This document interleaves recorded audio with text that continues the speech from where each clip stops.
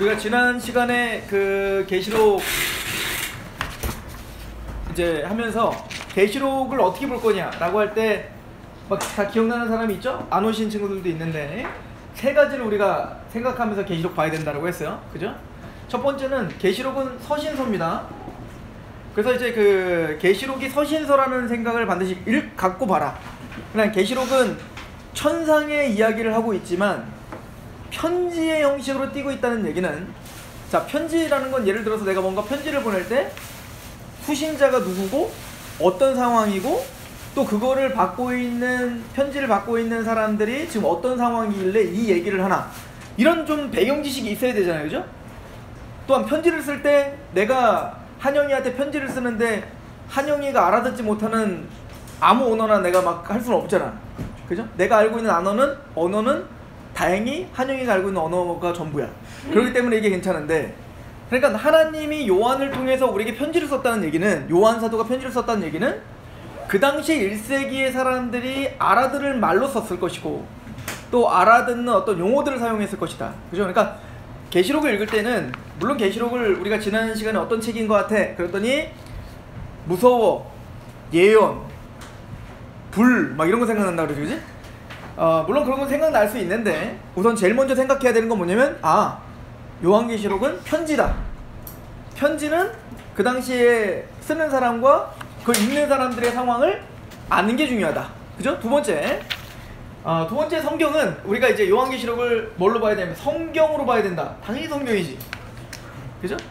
자, 성경으로 본다는 얘기는 성경은 66권이죠. 창세기부터 요한계시록까지란 말이에요. 성경은 성령님이 기록한 책이에요. 한 저자가 기록했기 때문에 창세기부터 요한계시록까지 전체가 다 한 맥을 이루고 하나를 가르쳐 말하고 있다는 거예요. 그러니까 다른 성경과 다른 이야기하지 않는다는 겁니다. 그래서 이 계시록을 이해할 때에는 성경 전체가 말하는 내용, 즉 예수님에 대한 이야기, 부속사에 대한 이야기를 하고 있는 거지, 지금까지 우리가 다른 성경과는 다른 독특하고 획기적인 얘기를 하려는 게 아니다. 그러므로 우리가 계시록을 해석할 때는 창세기부터 기록되어 있는 모든 성경들과 균형을 맞추면서 봐야 된다. 그죠? 그게 굉장히 중요하다. 이거 왜 중요한지는 우리가 계시록을 해설해 나가면서 이제 좀 더 더 명확해질 거예요.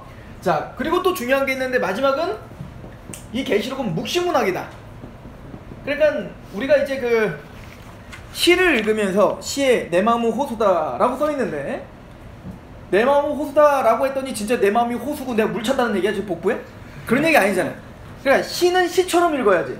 내 마음은 호수야. 딱 그러면 목사님의 마음이 넓구나, 이렇게 보는 거죠. 마음이 편안하구나, 뭐 이런 거. 자, 그런데 만약에 우리 집에 물이 찼다가 신문에 났어.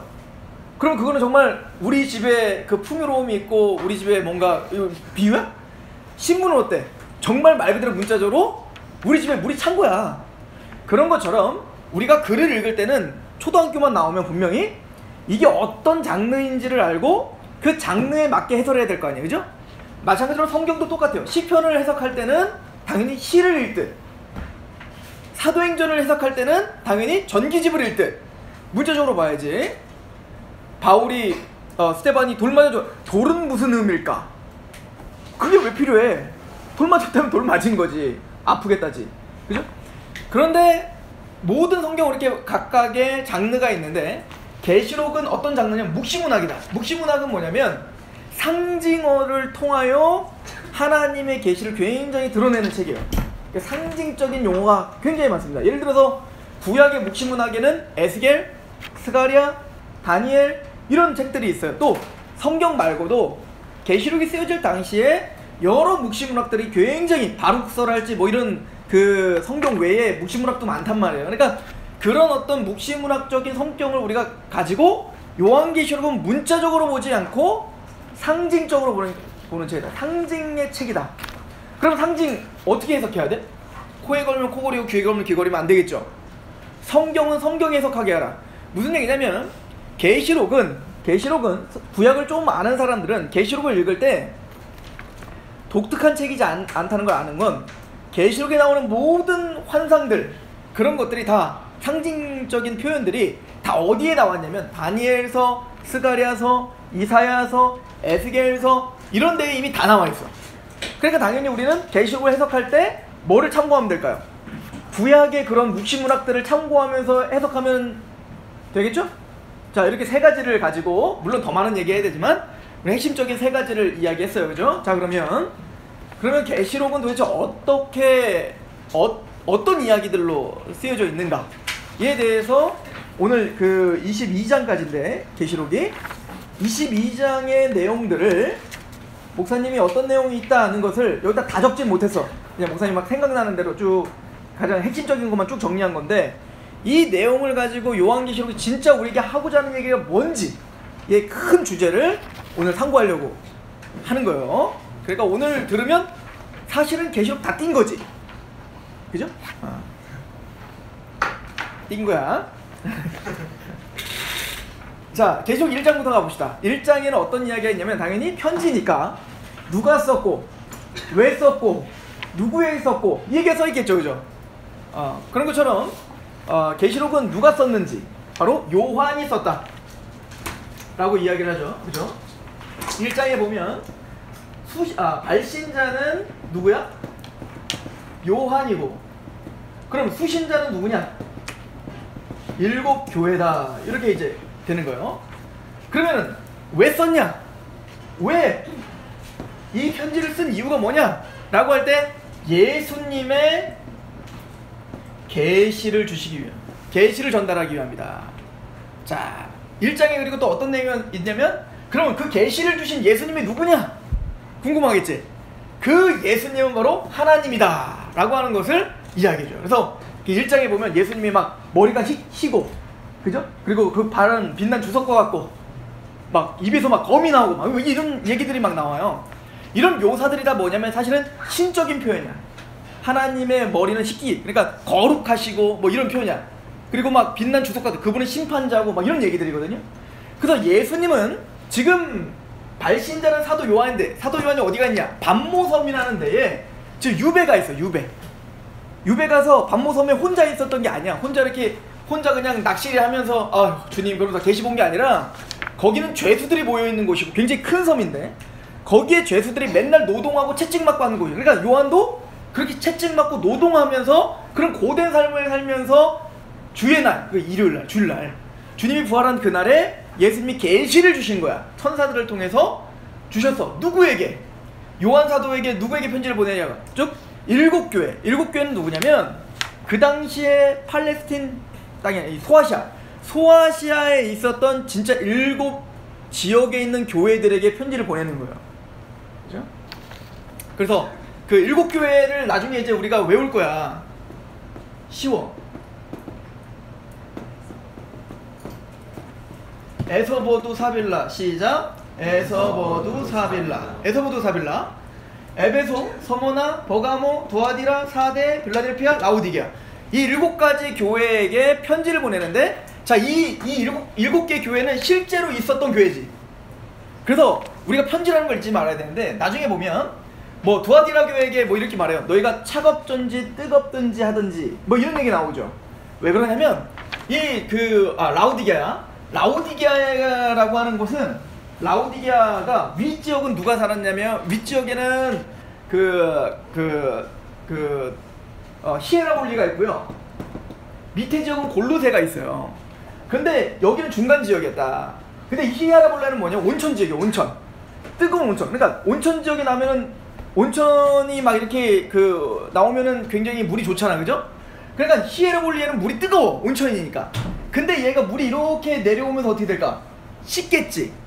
식으면서 뜨거운 온천에 갔는데 물이 미직지근해. 이거 그러면 온천 사용할 만에 못하잖아. 게다가 온천물이 흘러왔으니까 거기에 석회석이 얼마나 많겠어. 그러니까 이 라우디아 교회에 오는 이 미직지근한 물은 쓸모 있을까 없을까? 없다니까? 근데 이 물이 아래로 흘러가면서 골로새까지 갈 때는 이 더 차가워질 뿐만 아니라 석회석들이 흘러가면서 어떻게 될까? 다 제거가 되니까 굉장히 깨끗한 물이 되겠지. 그러니까 밑에 차가운 물은 어때? 굉장히 차가워서 사람들이 유익을 주고, 위에 히에라볼리의 물은 뜨거워서 온천물로 굉장히 약효과가 나고.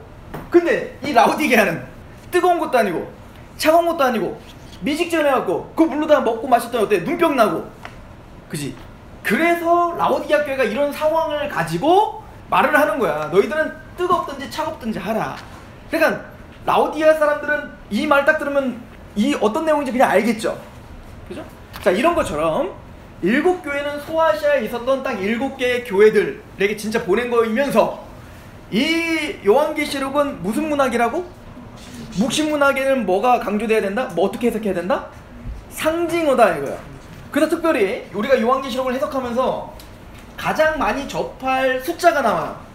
7, 4, 6, 14, 그죠? 뭐 이런 숫자들이 나오죠, 그죠? 그리고 막 3년 6개월, 한때와 반때와 두때, 그리고 1260일, 이거 다 3년 6개월이야 환산하면. 자, 아무튼 이런 용어들이 나오는데 이건 다 뭐야? 상징적 용어야. 이거는 그러니까 계시록에만 독특하게 있는 상징적 용어가 아니고요, 이미 구약의 묵시문학들, 또 묵시문학이 아니더라도 상징적인 표현으로 많이 썼던 숫자들이에요. 예를 들어 40년 광야, 40일 금식, 이해가죠? 이렇게 4라는 숫자가 이렇게 계속 쓰여온 것처럼 그런 맥 속에 서서, 그러니까 7이라는 숫자는 뭐냐? 완전수야. 7일 하나님이 안식하셨잖아요. 그런 것처럼 실제로 있었던 7교회지만 또 상징적으로는 오고 오는 모든 완전한 교회들을 말하는 거예요.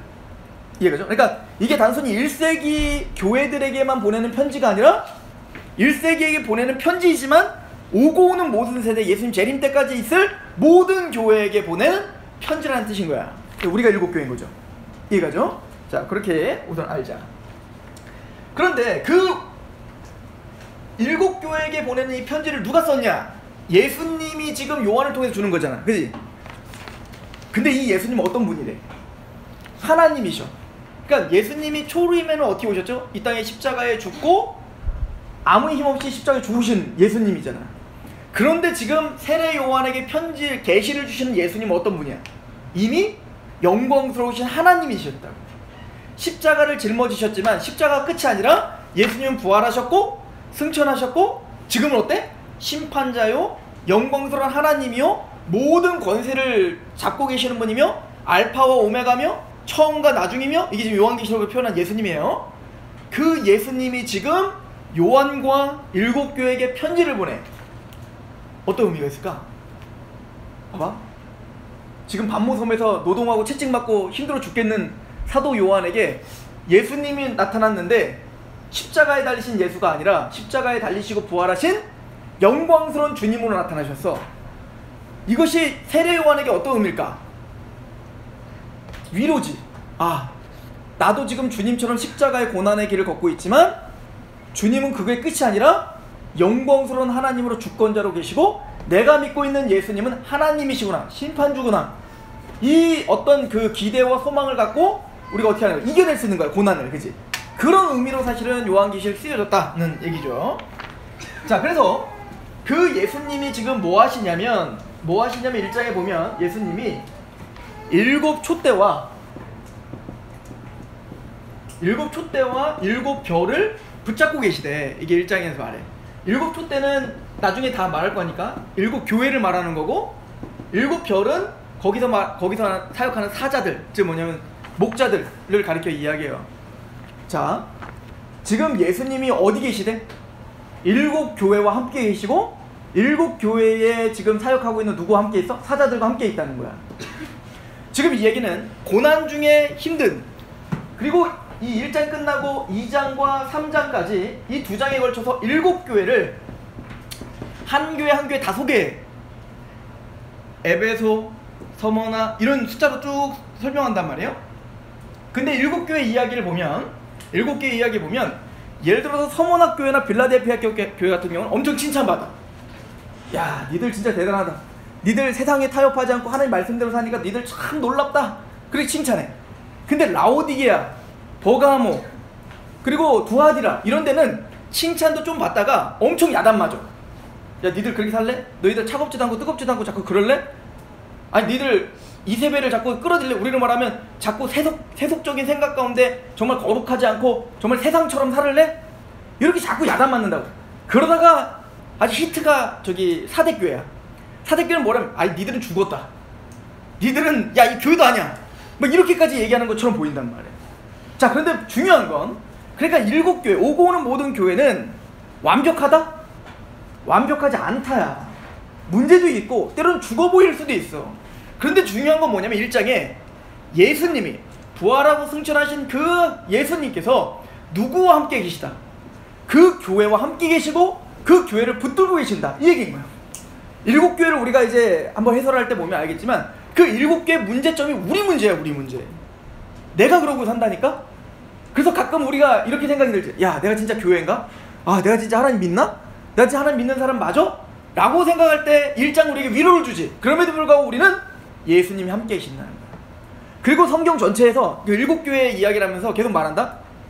이기는 자에게는 내가 생명의 생명나무에 참여하게 해줄게. 이기는 자는 내가 흰돌 줄게. 이기는 자는 성전의 기둥으로 만들어줄게. 이기는 자는, 근데 이기면은 준다는 내용들이 다 뭐냐면 한마디로 말하면 구원이야. 그러니까 이긴 자가 구원받아, 진 자가 구원받아. 이긴 자가 구원받아. 그런데 거기서 보면 이긴다는 게 뭐냐면 세상에 타협하지 않고 오직 하나님 말씀으로 이겨야 되는 거고, 그리고 내 생명도 다 바쳐야 되고 막 이런 식의 이기는 거야. 여러분들 이기고 있어요, 지고 있어요? 묵혀라. 이겨줘. 이겨줘, 준현아.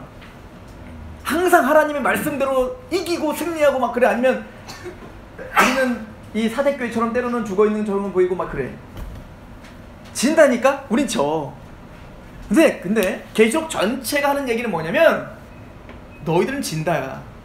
근데 예수님이 이겼고 예수님이 너희를 이기게 해주마, 이 얘기가 계시록 핵심이야.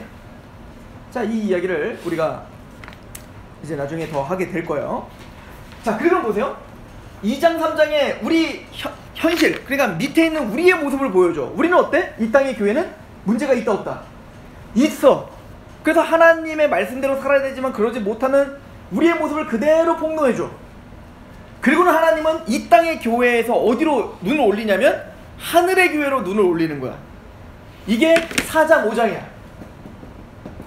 그래서 4장 5장은 어떤 내용이냐면 이 땅의 교회들은 하나님께 예배자로 서기보다는 타협하고 넘어지고 쓰러지고 연약해. 그런데 4장 5장의 천상의 교회를 보니까 거기는 완벽한 예배를 드리지. 그죠? 하나님 앞에 최고의 예배를 드리고 최고의 경배를 드리는 거야. 사실은 그게 우리의 원래 모습인 거야. 그러나 우리는 여전히 이 땅을 살면서 어때요? 그 모습대로 살기보다는 넘어지고 쓰러지고 여전히 뭔가 고달프고 이런 삶을 산다고요. 그래서 하나님은 우리의 모습을, 이 현실, 땅에 있는 교회의 모습을 보여주고 이제는 하늘로 눈을 돌려서 너희들이 어떤 사람들인지를 보여주는 거야. 우리는 뭐예요? 4장은 원래 4장과 5장이 천상에 있는 하나님의 교회를 말하는데 4장은 창조하신 하나님에 대해서 찬양하는 모습을 보여줘. 그리고 5장은 그 하나님이 창조하셨고 어린 양 대신 예수님이 십자가에 죽으심으로 우리는 하나님을 찬양할 수밖에 없음을 강조해. 그래서 우리 왜 찬양하죠? 주님 보좌 앞에 서 있네. 모든 영광과 존귀와 부를 하나님께 올려드립니다. 그 찬양이 계시록에 나와 있는 거야. 어린 양께 올려지는 찬양을 드리는 거지. 그러니까 우리는 찬양의 중심에 뭐가 있어야 되냐면 하나님의 창조를 감사하고, 그런데 우리는 죄로 말미암아 타락할 수밖에 없는 우리를 예수님이 십자가의 죽으심으로 말미암아 우리가 구원을 받았습니다. 이것에 대한 감격으로 부르는 최고의 경배의 모습, 이게 원래 우리라고. 그러니까 그 천상의 그 예배가 재현되고 보여지는 게 뭐냐면 우리가 드리는 예배여야 되는 거야. 그죠? 그러니까 우리가 만약에 그 베델에서 야곱이 베델에서 이제 막 형한테 도망가고 막 겁나가지고 막 그러고 있는데 자기 모습이 얼마나 비참하겠어. 형이 형 속여갖고 지금 도망자가 됐는데, 근데 그 자리에서 갑자기 그 현실 속에서 꿈을 꾸는데 하늘과 땅이 연결된 사닥다리가 보이더니 거기에 막 천사들이 오르락 내리락 하는 걸 보는 거야. 그리고 막 천상에서 막 하나님이 막 말씀을 하셔. 그 영광스러운 모습을 진짜 봤어. 그러면 베델에서 그 야곱이 어떤 느낌이 들까? 야, 나는 이 땅이 그냥 아무런 것도 아닌 줄 알았는데 이곳에 누가 계시더라? 하나님이 계시네. 놀랬잖아. 그래서 그 이름을 뭐냐면 베델이라고 한다고. 그러니까 이스라엘 백성, 지금 그 교회들, 우리에게 뭐라고 얘기하는 거냐면 우리가 현실을 살아갈 때 하나님 잘 보여 안 보여? 잘 안 보인다고. 그리고 우리의 모습을 보면 더 안 보여. 왜냐면 자꾸 하나님 말씀대로 사는 게 아니라 자꾸 세상의 원리대로 살려고 하는 내 모습이 보인다고. 일곱 교회들처럼. 그때 하나님은 잠깐 어디를? 하늘을 잠깐 보게 하는 거야. 너가 서 있는 곳이 사실은 얼마나 거룩한 곳인지, 네가 사실은 예배드리는 것이 얼마나 하나님을 기쁘게 하는 것이고 너의 정체성이 얼마나 영광스러운 것인지를 보여주는 게 바로 4장 5장이란 말이야. 즉 하늘의 좌수를 보여주는 거야. 여러분들 만약에 이렇게 있다가 택민이를 오늘 갑자기 하나님이 딱 데리고 가고 하나님 나라를 보게 했어. 이렇게 믿겠어? 이렇게 안 믿겠지. 그지? 소연이한테 하나님이 갑자기 하나님의 보좌와 죽임당하신 어린 양을 딱 보여주고 막, 자 너는 이제 내려가라. 그럼 소연이가 이렇게 예배드리겠어? 아니 우리가 이렇게 안 하겠지. 그지? 그런 것처럼 사도 요한에게 천상의 그 모습을 보여줌으로 하나님을 어떻게 우리가 영광을 돌려야 되며 우리가 얼마나 하나님은 영광받게 합당하신 분인지를 보여주는 게 4장 5장인 거예요. 그리고는 6장에 어떤 내용이 나오냐면 여러분들이 제일 궁금해하는 14만 4천 이야기가 나옵니다. 그럼 이렇게 영광을 돌리고 하나님께 찬양을 돌리는 이 사람들이 누구인가가 설명이 되어지는 겁니다. 그 사람들은 누구냐면 14만 4천이야. 자, 14만 4천은 나중에 더 자세하게 하겠지만 한마디로 말하면 그 사람은 뭐냐면 구약과 신약의 모든 성도들을 가리켜 말해. 완성된 모든 성도들. 이해가요? 자, 12가 완전수야. 무슨 수? 완전수. 14만 4천은 12 곱하기 12 곱하기 1000이죠. 완전수 곱하기 완전수 곱하기 1000이야. 그냥 완전수. 이해가요? 그러니까 하나님이 택하시고 구원시킬 모든 자의 숫자가 뭐냐면 14만 4천이야. 이 얘기는 나중에 더 자세하게 해줄게요. 자, 그런데 그 계시록 7장에 보면 이 사람들이 누구인가가 궁금하잖아요. 지금. 어떻게 보면 14만 4천이 됐는지 궁금하지? 성경 하나도 안 보니까 재미없는 것 같아요. 우리 계시록 봅시다. 계시록 7장 중심되는 구절들 하나씩만 읽고 가야겠네요. 자, 계시록 7장에 보니까 이 14만 4천이 누구인가를 설명을 하는데 뭐라고 하냐면 14절. 자, 같이 한번 읽어봅시다. 계시록 7장 14절 시작. 내가 말하기를 내 주여 당신이 아시나이다 하니 그가 나에게 이르되 이는 큰 환난에서 나오는 자들인데 어린 양의 피에 그 옷을 씻어 누가 천상에 참여하며 하나님의 그 영광스러운 예배에 참여할 수 있는 자인가? 14만 4천이다 이거야. 그럼 이 14만 4천이 도대체 누구인가? 어린 양의 피에 그 옷을 어떻게 한 자? 씻게 한 자. 그러니까 예수님의 십자가로 구속의 경험이 있는 사람들이 14만 4천. 그러니까 14만 4천 특별한 사람들이 아니라 특별하지. 왜? 예수님의 십자가를 제대로 믿고 있는 사람. 그러니까 지식적으로 믿는 게 아니라 진짜 예수님의 십자가로 내 죄가 사함받았고 구속의 은혜를 알고 있어. 지금 봤더니 근데 어디서 왔대? 환난에서 나왔대지. 왜 그럴까? 이 땅을 살면서 예수님이 걸었던 그 십자가의 길을 걷는 성도들을 가리켜 말 이야기야. 이 사람들이 누구다? 14만 4천 흰물이 제사장들이야. 그죠? 그리고는 이 이야기가 딱 나온 다음에 자, 스토리 봐봐. 예수님은 십자가에 죽으시고 부활하고 승천하셨다. 그 예수님께서 우리 교회를 붙들고 계시다. 근데 우리 교회는 어때 모습이? 엉망진창이지. 문제가 많지. 우리를 봐봐. 문제가 많잖아. 그런 우리들이지만 그럼에도 불구하고 우리는 뭐다? 교회예요. 그죠? 우리의 원래 모습은 이 모양이 아니야. 원래는 우리는 뭐야? 천상의 교회를 보니 창조하신 하나님과 십자가에 죽으신 어린 양께 우리의 마음과 생각과 모든 걸 다해 하나님께 지극히 높은 영광을 들려야 되는 거야. 그럼 그렇게 하나님 앞에 지극히 영광을 돌리는 하나님의 백성들이 누구인가? 그 사람들은 누구라고 불러? 14만 4천이라고 하고 14만 4천은 어떻게 생겼나? 이 땅에서 예수님의 십자가에 경험이 있는 사람이야. 맞죠? 여기까지 한 단락. 물론 신학자들은 막 단락을 많이 나누는데 나는 그냥 여기까지 단락 나눠. 나중에 달라질 수도 있어. 괜찮아. 내용이 여기까지야. 자, 그런데 그 다음부터는 어떤 얘기가 이제 몸통인데 이 몸통으로 가는데 어떤 이야기가 전개되냐면 7 심판 시리즈가 시작돼. 몇 가지 심판 시리즈?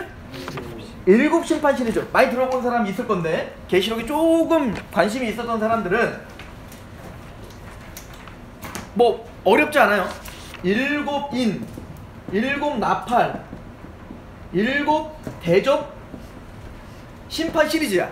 자, 이거 간단하게 하고 넘어갈게. 이게 지금 어디까지 가냐면 계시록의 전체를 거의 장악하고 있는 게 이 7인, 7나팔, 7대접 심판 시리즈인데, 요거 간단하게만 내가 정리해주고 갈게. 그럼 다 끝나는 거예요, 거의. 7인은 갑자기 이제 그 6장에 드디어 7인이 떼죠. 근데 그 7인은 막 이제 요한이 그런다. 보더니 막 울어. 막 울어. 왜 이렇게 슬퍼하냐. 근데 이거 뗄 사람이 없습니다. 보고 싶은데. 막 그랬어. 그랬더니 이거는 예수님만 뗄 수 있다. 딱 그렇게는 한단 말이야. 그래서 드디어 예수님 인을 딱 떼주는 거야. 근데 그 비밀이 쫙 보이는 거야. 근데 7인이 딱 떼지니까 4가지 인이 있어. 4가지 인과 또 2가지, 3가지 뭐 이렇게 나눠지는데, 4가지 인이 딱 떼지는데 첫 번째 인이 딱 떼지니까 흰말이 나와. 흰말이 나오는데 이기고 또 이기려고 하더라. 이렇게 말한다. 이건 뭐냐면 인간의 탐욕과 욕심을 가리키는 거야. 그러니까 인간은 가지면 또 갖고 싶지. 그치? 목사님이 옛날에 티코 타고 다녔는데, 티코 타다가 갤로퍼를 바꿔서 세단 끝내주지. 거의 비행기 같았어. 근데 그거 한 얼마 못 가. 한 3개월 정도 타니까 더 좋은 차가 보여 안 보여? 보여. 이게 인간이야. 그러니까 이겨도 또 이기려고 하고, 가지려도 또 가지려고 하지. 만족이 없지. 탐욕이야. 그러니까 이 7인 심판 시리즈는 지금 상태가, 인간의 죄된 상태가 지금 저주의 상태고 심판의 상태를 보여주는 거야. 그러니까 첫 번째 저주는 뭐냐면 바로 인간의 그 탐욕이 우리를 파멸로 가게 하는데, 보세요. 두 번째 인이 딱 떼지니까 뭐가 나오냐면 붉은 말이 나와. 빨간 말. 이 붉은 말은 뭐냐면 핍박이야, 전쟁이야, 싸움이야. 나중에 더 자세히 얘기하겠지만 거기 문맥이 다 나와요. 즉 이기고 또 이기려는 인간의 욕심이 뭐를 만들어낼까? 싸움을 만들어내고, 전쟁을 만들어내고, 살육을 만들어내. 그러면 그 다음이 어떤 말이냐, 검정말이 딱 나와. 그 검정말이 나오는데 그건 뭐냐면 저울을 들고 있어. 그건 경제야. 부익부 빈익빈 현상이 일어나면서 경제가 완전히 무너져. 그리고 어떻게 될까? 굶어 죽는 현상들이 일어나는 거야. 하나님은 분명히 공평하게 다 나눠주라고 풍성하게 자연을 줬는데 그 욕심대로 서로 뺏고 싸우고 하니까 어떻게 될까? 그게 공정하게 나눠져?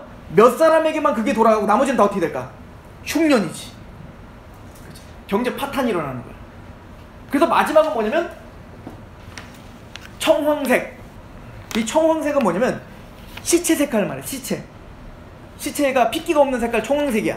뭐지? 그래서 결론은 죽더라. 죽음이야. 사망. 그러니까 모든 문제의 근원은 뭐야? 인간의 탐욕이야. 죄성이라고. 그 탐욕 때문에 뭐가 일어나는 거야? 싸움이 일어나는 거고, 그 싸움에서 승자는 가져가지만 없는 자들은 다 뭐야? 굶어 죽어. 그리고 어떻게 될까? 결론은 뭐야? 다 같이 사망이야. 지금 하나님은 이 지금 시대에도 일어나고 있는 그런 심판이 무엇인지를 보여주고 있는 거야. 자, 그러면 이런 현실 속에서 누가 제일 힘들까? 성도야. 왜일까? 봐봐. 예를 들어서 지금 친구들이 막 저기 예언기로 뺏어. 그럼 어떻게 돼? 붉은 말처럼 야 이거 막 그러고 가서 싸워갖고 다시 뺏어와야 될 거 아니야. 그래야지 적자 생존. 그래 막 내가 이길 거 아니야. 근데 예언기를 막 뺏고 싶은데 목사님이 딱 가르쳐주는 거야. 오른뺨을 때리면 왼뺨을 돌려야 돼. 그럼 어떻게 될까? 미치지 이제. 때릴 수가 없지. 왜? 하나님 뜻이 아니니까. 뺏기면 어떻게 돼? 내 것도 가져가. 뭐 이래야 되는 거 아니야. 그러니까 누가 제일 힘들어? 이기적인 세상은 힘들지 않지. 그래도 지들끼리는 승리라고 생각하지만 지들도 힘들어 사실은. 그럼에도 불구하고 누가 제일 힘들어? 우리가 제일 힘들지. 십자가의 길을 걷고 있고 예수님의 복음을 전하고 있는 괄시당하는 우리가 제일 힘든 거야. 그러니까 그 거룩한 14만 4천 하나님의 백성들이 제일 힘들다고. 그래서 5번째 인이 딱 떼지니까 그 성도들이 하나님께 기도해. 의인들이. 하나님은 어느 때까지 우리 하나님의 백성들 의인의 피가 이렇게 순교를 당하게 냅둘 겁니까? 아니 어느 때까지 하나님의 백성들이 이렇게 억울하게 살게 냅둘 겁니까? 빨리 오셔서 지 악한 세상을 다 그냥 처단해버리고 평안한 세상을 만드셔야 될 거 아닙니까? 이런 이야기가 나오지. 근데 6번째 인이 딱 떼지니까 하나님이 그러지. 얘네 잠깐 쉬라는 거야. 5번째 다시 쉬라는 거야. 아직 순교자의 피가 다 차지 않았어. 이게 우리의 운명이야. 우리는 이 땅을 살아가면서 세상은 탐욕대로 살아가고 마침내 사망으로 가지만 그 안에서 살고 있는 하나님의 의인들은 그 세상의 원리를 거부하고 하나님의 원리로 살아. 그러니까 환난을 당하며 살지. 그게 제일 힘들다고. 그러니까 우리는 하나님께 맨날 뭐래? 하나님 계시기나 하세요? 내 기도 듣기나 하세요? 이런 고백할 수밖에 없는 우리야. 근데 하나님 말해, 내가 반드시 네 기도 들어줄 텐데 조금만 참아. 아직 때가 되지 않았다는 거야. 그리고는 6번째 인이 딱 떼지면서 하나님이 그런데 이 세상을 어떻게 심판하는지 그 마지막 심판을 보여주는데 너무 무서운 거야. 이 모습이 너무 무서워. 너무 두려워. 그죠? 그래서 야, 근데 내가 아까 잘못 설명했어. 14만 4천 내가 아까 왜 설명했니? 14만 4천 7장에 나오는 거야. 7장. 그지? 자, 4장 5장은 하늘의 천상의 이야기. 그리고 그 천상의 이야기가 나온 다음에 그 의인들이 고백하는 게 6장이야. 7인이 시작된 거야. 그러니까 그 어마어마한 그 심판을 보니까 두려워 안 두려워? 막 원망하도 우리도 두려워. 야, 이렇게 무서워 하나님의 심판이? 우리는 그게 잘 안 느껴지니까 몰랐는데 그걸 실제적으로 비디오로 본 거야. 너무 겁나는 거야. 이 사도 요한도 악한 자들도. 그래서 우리 6장 한번 볼래요?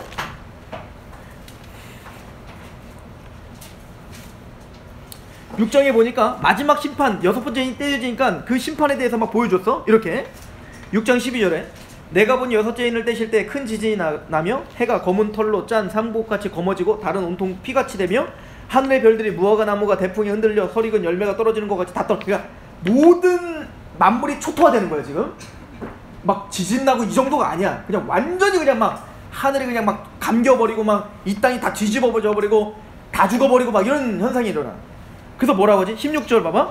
산들과 바위에 말하되 우리 위에 떨어져 보좌에 앉으신 이의 얼굴에서와 그 어린 양의 진노에서 우리를 가리라.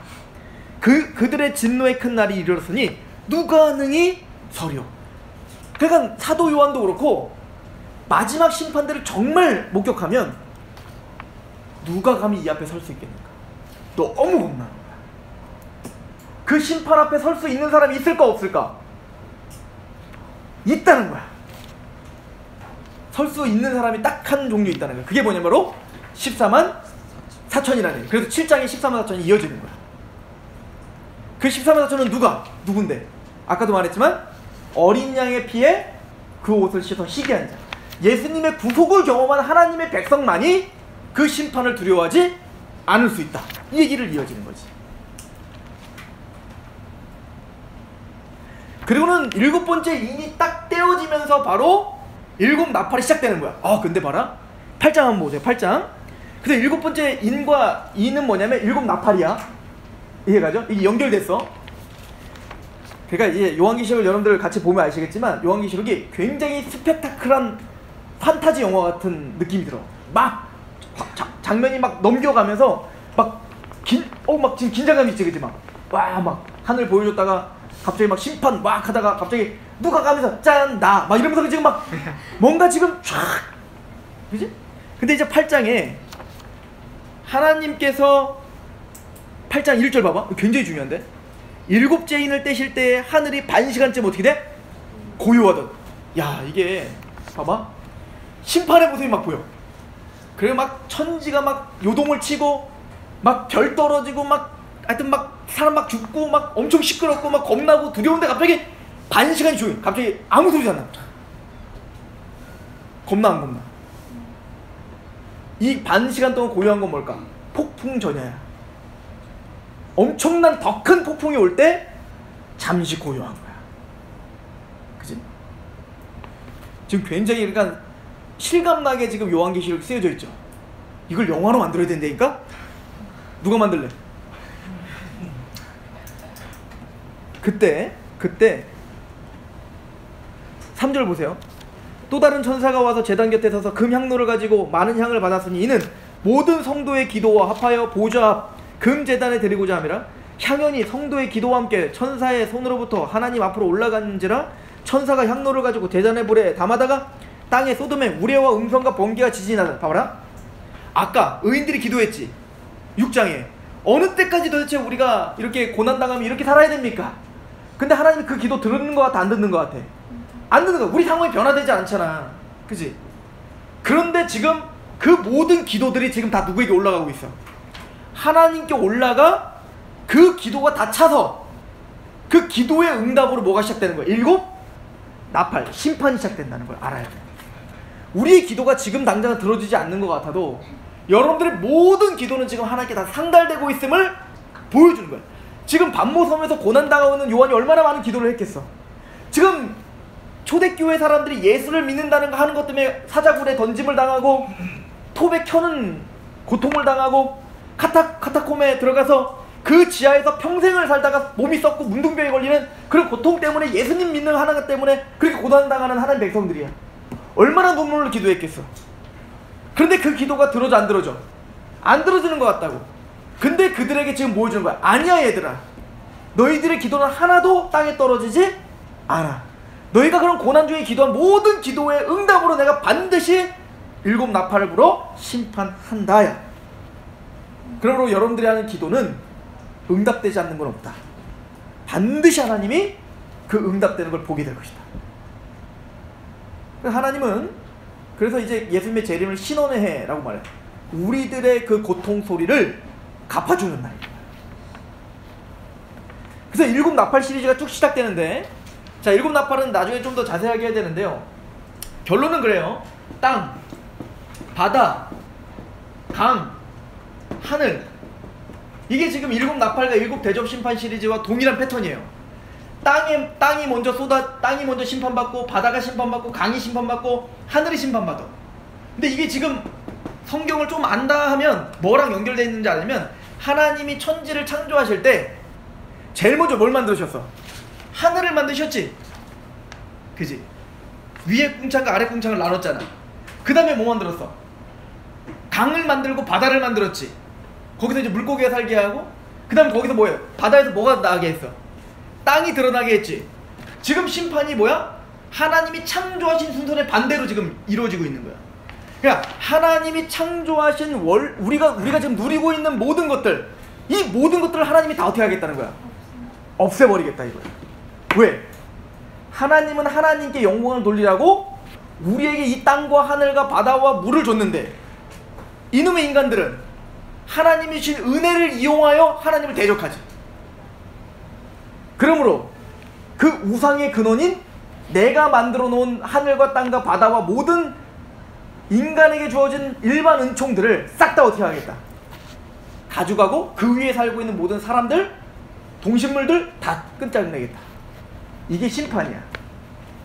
그런데 이게 똑같아. 7 나팔과 7 대접이 다 똑같은 그런 패턴인데, 다름이 있다면 7 나팔은 땅의 3분의 1, 바다의 3분의 1, 강의 3분의 1, 하늘의 3분의 1만 심판해. 그러니까 완전하고 온전한 심판이 아니야. 이건 뭐야?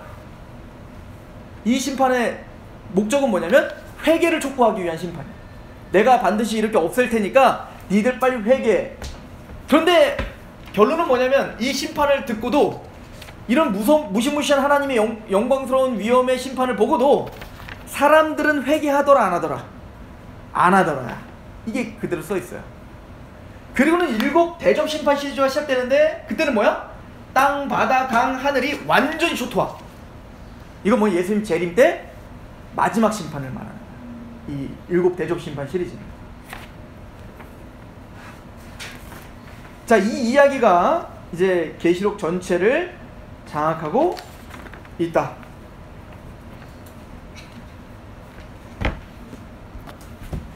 자, 그래서 9장까지 7 나팔이 시작되고 뭐 이런 장면들이 나오는 6번째 나팔까지 이제 보여준 다음에, 자, 10장에 어떤 얘기가 나오냐면, 물론 이제 마지막 7 대접 심판 시리즈 저 뒤에 있을 거예요. 근데 제가 7 심판 시리즈를 한꺼번에 우선 설명한 거야. 자, 10장에 가면 어떤 얘기가 나오냐면, 바다와 땅을 밟고 서 있는 한 천사를 보여줘. 이 얘기는 뭐냐면, 하나님이 지금 바다와 땅에서 인간들이 살면서 하나님을 대적하죠. 그런데 사실은 누가 주권자라는 거야? 하나님이 그 바다와 땅을 밟고 서 계시다는 얘기야. 까불지 말라는 얘기야. 그지? 그 환상을 보여주는 거예요. 그리고는 요한에게 뭐라고 하냐면, 이 두루마리를, 그 성경인데 그 계시 두루마리를 먹어라 이렇게 말해요. 그랬더니 먹었더니 입에는 단데 배는 어떤 써. 이 얘기는 뭐냐면 우리가 하나님의 말씀을 들을 때는 그것이 은혜롭지, 기쁘지, 우리의 삶의 모터가 되지. 그런데 그게 우리에게 소화가 되고 우리가 이렇게 살아갈 때는 어떨까? 고난이 온다는 거예요. 하나님의 말씀 앞에 우리는 이 고난의 길을 걷는 게 바로 선지자의 길이고 바로 교회의 길임을 설명을 해줍니다. 그리고는 11장에 계시록 11장에 두 증인이 나와요. 이 두 증인 한마디로 말하면 교회를 말하는 거예요.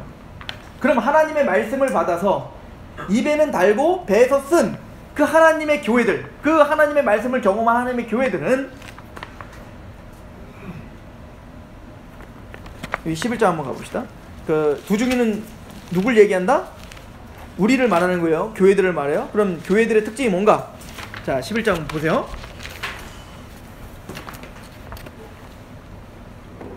3절, 내가 나의 두 증인에게 권세를 주리니. 이 사람들은 증인이야, 증인. 그러니까 누가 증인이야? 우리가 증인인 거예요, 그죠? 예수님의 십자가와 부활을 전하고 이 모든 하나님이 심판자라는 거, 예수님이 다시 오실 거라는 이 모든 증인이 누구야? 교회야, 우리야. 근데 이 사람들이 3절 보세요. 내가 나의 두 증인에게 권세를 주리니 그들이 굵은 베옷을 입고 며칠을 예언할 거야? 1260일. 1260일은 환산하면 3년 반. 다른 말로 한 때와 두 때와 반 때. 자, 3년 반은 누가 살았던 기간, 누가 공생했던 기간이야. 예수님이 걸었던 그 기간이야. 무슨 얘기냐면 이 두 증인은 얼마나 예언하며 살 거냐면 예수님이 걸었던 만큼.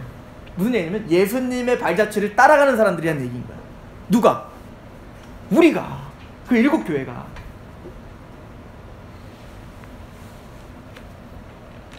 그리고는 이제 뭐라고 얘기하냐면 보세요. 7절 보세요. 같이 한번 읽어볼까? 시작. 그들이 그 증언을 마칠 때에 무정예로부터 올라오는 짐승이 그들과 더불어 전쟁을 일으켜 그들을 이기고 그들을 죽일 터인즉 그들의 시체가 큰 성 길에 있으리니 그 성은 영적으로 하면 소돔이라고도 하고 애굽이라고도 하니 곧 그들의 주께서 십자가에. 근데 결론은 뭐냐면 그 교회가 어떻게 할 거라는 거야. 그 짐승들, 그 세상 사탄에 의해서 죽임당하지. 근데 그 죽임당한 곳이 어디래? 소돔과 애굽. 이 소돔과 애굽은 뭐야? 성경에서 나오는 악함의 대명사잖아. 근데 예수님이 거기서 죽었어요? 안 죽었지. 예수님이 어디서 죽었어? 예루살렘에서 죽었잖아. 근데 그 상징적 의미인 거지. 그러니까 소돔과 애굽이. 근데 예수님이 죽었던 그곳에서 누구도 같이 죽는다는 거야. 교회도 그러니까 예수님처럼 죽임당하고 고난당하더라. 누가? 우리가. 그래서 여러분들, 예수님이 여러분들 보고 뭐라고 하냐면 너희가 나를 따르려거든 여러분들이 좋은 직장과 좋은 또 대통령이나 이런 권세를 가진 자가 되어 화려하게 나를 따르라 이렇게 말하지 않지. 사실은 성경적 개념은 아니야. 물론 여러분들은 대통령도 될 수 있고 장관도 될 수 있고 과학자도 될 수 있고 성공할 수도 있고 목사님은 성공하기를 바래. 그런데 그 근본적인 정신에는 그걸 위한 신앙 아니라고. 우리가 대통령이 되든 장사를 하든 뭐 그냥 아기를 키우는 가정주부를 하든 뭐 선생님을 하든 그 중심에는 예수님으로 말미암아 고난의 길을 걷겠다라고 하는 사람들이 진짜 구원받은 사람들이야. 그래서 예수님이 걸었던 십자가의 길을 함께 걷는 사람들이라고. 그런데 보세요. 그래서 주께서 십자가에 못 박히신 곳에서 같이 죽죠. 그리고 9절 보세요. 백성들과 족속과 방언과 나라 중에 사람들이 그 시체를 사흘반 동안 보며 무덤에 장사하지 못하게 하리라. 이 두 선지자가 땅에 사는 자들을 괴롭게 한 거로 땅에 사는 자들이 그들의 죽음을 즐거워하고 기뻐요. 그러니까 교회를 세상은 핍박하고 하면서 좋아요, 안 좋아요? 좋아하잖아. 조롱하고. 근데 11절 3일 반 후에 하나님께서 그 생기가 그들 속에 들어가게 하며 부활하지. 그러니까 예수님처럼 우리는 죽임을 당하는 고난의 길을 걷지만 예수님이 부활하여 승천하여 지금 영광스러운 하나님의 자리에 있듯 그 고난의 길을 걷는 교회를 반드시 다시 어떻게 하겠다는 거야? 살리고 회복하겠다. 이 얘기를 하는 겁니다. 2부는 다음 주에